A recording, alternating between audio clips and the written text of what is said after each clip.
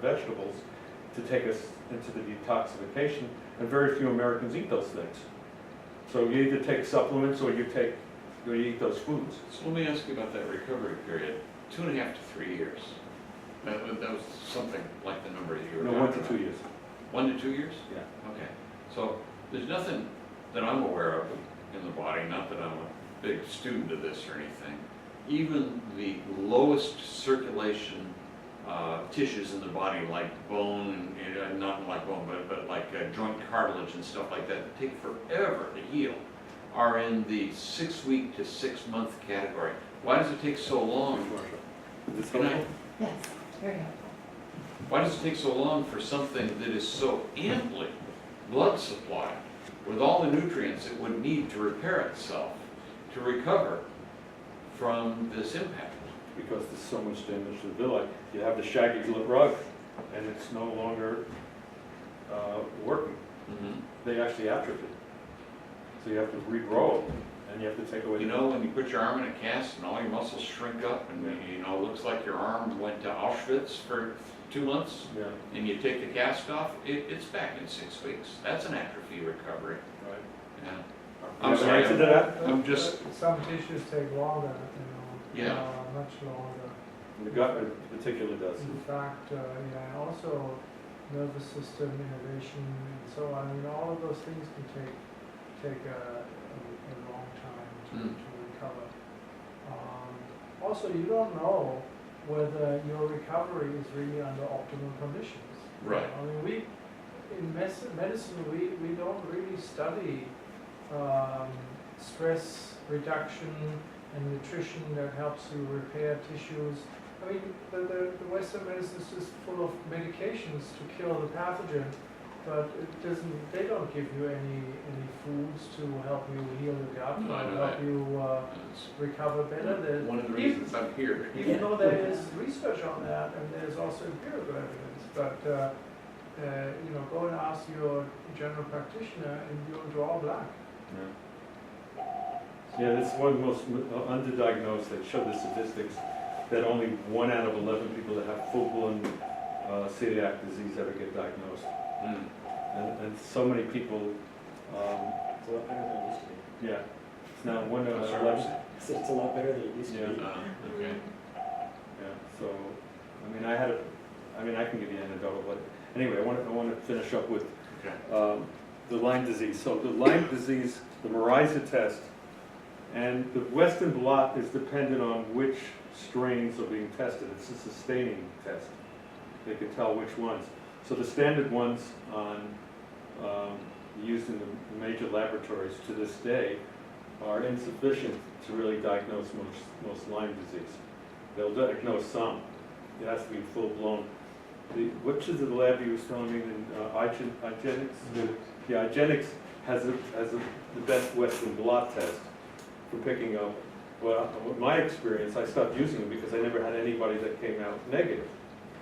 But right now we have, this year, it was finally approved in, I think, the end of January, early February, the Mirisa test, which has been used successfully in Europe for 5 years, which can tell you whether you have Lyme and whether you're responding to the Lyme by measuring the response through the whole cytokine, chemokine, small peptide response. And you can see what levels your response. So if you have full-blown Lyme, that means you have a full-blown damage to the tight junctions, and that means you're producing neurotoxins that are destroying your nervous system and your brain and things like that, and that you can get any combination of symptoms. And that what happens very commonly, this is the research, that a lot of the neurodegenerative diseases are misdiagnosed as Alzheimer's and Parkinson's and cerebral ataxia. I mean, the list goes on. I can't remember all of them. And what it really is pathogens getting in from the damage to the tight junctions. And it's not from a inherited pathological to the brain at this point. It can lead to damage to the brain, and that will mimic certain symptoms.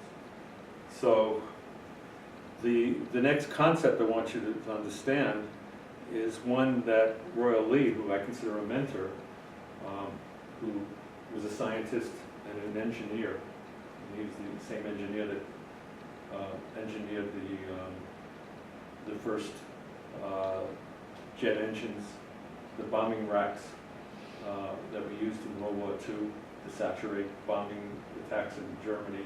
And he also invented all the modern dental equipment. But he also had a nutritional company, which was his passion and research, whole food nutrition. And he, based on research he got from Russia in the early 30s, came up with what's called protomorphogens. And basically, it's now being mimicked in biotechnology, is the idea that you can give a antigen response to circulating antibodies that are produced when there's a overload in the immune system. And that our bodies, if our body is healthy, these protomorphogens are released from dead cells and they circulate and neutralize the antibodies. If there's not enough protomorphogens to neutralize them, they start attacking the specific tissues. And so the protomorphogeology, which he's the one that discovered, that been finally reviewed by other scientists. Jeffrey Bland looked at his research and for years said it was nonsense, and he came out this year and said Royal Lee was just 50 years ahead of his time, and that he was correct. And now there's a lot of startup companies trying to mimic what Royal Lee did. I don't know if they know about Royal Lee. They haven't made it work because they don't understand that the antigen response has to be accompanied by the right nutrients. And that was Royal Lee. It wasn't enough to give the antigen. You had to have the protomorphogen, it had to have the concomitant nutrients. So the tests, if you have anybody or you have anybody with unexplained system, the common ones that we're seeing is the gluten and lime and also heavy metals, and these tests will tell you whether you actually your conditions are due to your inability to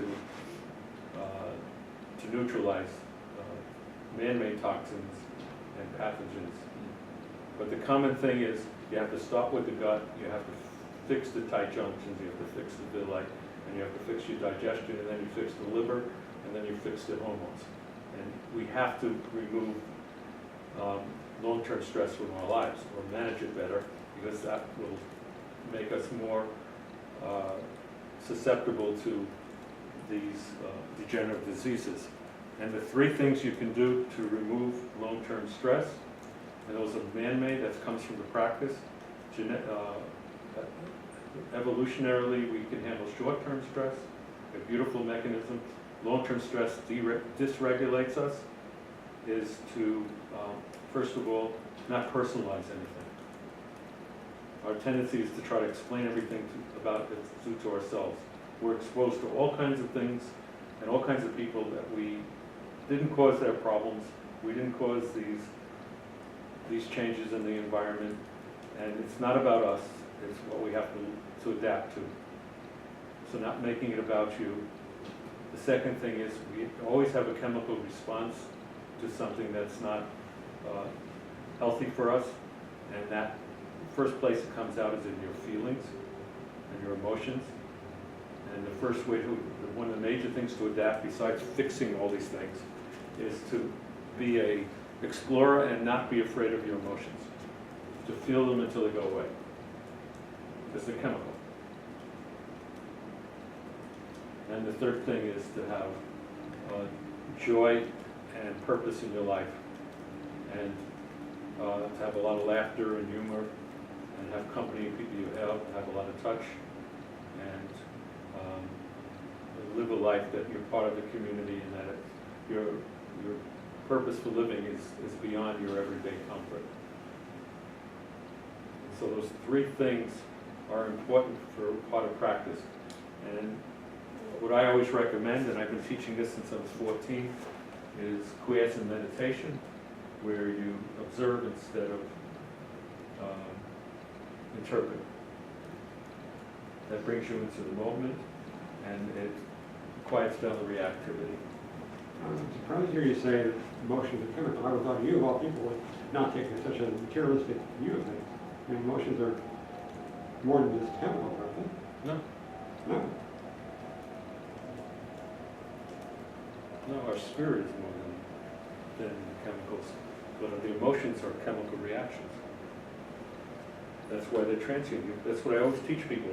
I can't tell you how many people I help by just telling them, say to yourself, this is not me, it's just your chemical reactions going on in your body. And how you respond to those chemical reactions individualizes you. And then the way you express it becomes your consciousness. There's no, your emotions are just the chemical I reactions. suppose I'm listening to a Beethoven symphony, and it makes me joyous. Mhm. You're saying it's chemicals? Those are chemicals, yeah. Joy is chemical. I don't buy that. No. That's science. So, To make it less for you? To make it less That's what. It's chemical? enjoyable? I didn't say that everything is chemical. I said underlying that is your spirit. There's your spirit, there's the mental world, there's the emotional world, and then there's the physical world, which is the world of action. At that one level, it's a chemical reaction. So who we are is not the chemical reaction. Who we are is spiritual beings having chemical reactions in order to have precise experiences. There's a higher purpose behind it. You've been in my Kabbalistic classes, so you got that that's my feeling. But we can't deny that what we feel is a chemical reaction. It's infinite possibility. There are peptides floating around going into receptor sites, and when the receptor sites are full of garbage, they're clogged up or they're all altered and they can't fit in, we get all these bad emotions. Observing that it's a chemical reaction is not a judgment No. and is somewhat irrelevant to the perception of the emotion. Right. But it helps you process it faster. You don't, the Dalai Lama allows himself to feel whatever he feels. If you've been around him, he cries, he laughs, doesn't hold on to it. That's the goal, is to feel it and let it go through you. Don't make it about you. I've seen the analogy of the light spectrum used as a metaphor. Is red light better than blue light? Is joy better than anger? Well, we did. I mean, joy is a sign of health. Michael, you was going to say something? Yeah, I have one more suggestion for sort of stress reduction. It's a French lunch. Uh-huh. So I was talking to a French co-worker today, and she just came here about a year ago, and she was totally dismayed the way people eat here. They eat fast, they eat alone, they eat in front of the computer, they're isolated. So in order to digest your food, you need to be in a parasympathetic mode, and not in the sympathetic mode, the go and action mode. And if you take a French lunch, you eat with somebody else, you relax, your parasympathetic system gets turned on, you socialize, you share things, you have joy, you have laughter, and it's a completely different physiological reaction, and you can digest your food. Otherwise, you're not producing enough acid to digest your proteins. I mean, I could go on and on and on. You left out the part about how long it takes them to ingest a meal. Yeah, They an don't hour salt their to an digestive hour and a system. half, they take time off. Mhm. Yeah. So, and I mean, do you know, I mean, you don't hear anything about 40 million people unemployed in France, I mean, they're taking care of each other. So this here is just not very healthy. Everybody is stressed out and nobody takes the time, and then you have chronic disease. I mean, that's part of the outcome. Anyway. Yeah, one of the problems when we talk about digestion is that if you're on sympathetic nervous system overload, because you're stressed, because you have long-term stress, your body stops producing acid. And so what happens when you have full of acid? They give you Prilosec, which is the worst thing ever invented, which shuts down your body's ability to produce acid, which it already can't produce the acid. Which So you people eat. say, people say, what is this acid? I have acid reflux. It's from the food you can't digest. It's the proteins putrefying. That's what's producing the acid. Your body can't produce acid if you're under sympathetic overload. It automatically shuts down. And you need the acid It's to in guidance. digest your proteins.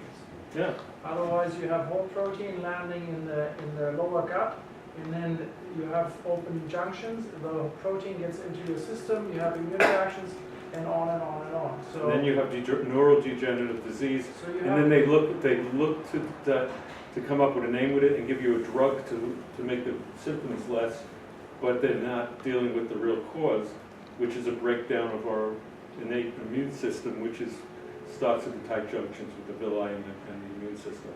And that if you don't repair that, you can't really repair anything. That's where it all starts, and that's the research.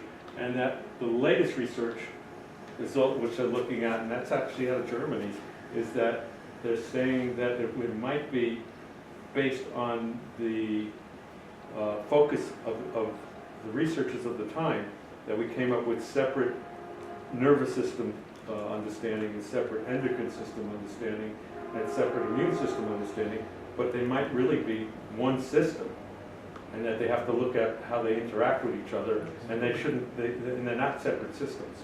They're an interplay of all three systems. they talk to each other. And they talk to each other.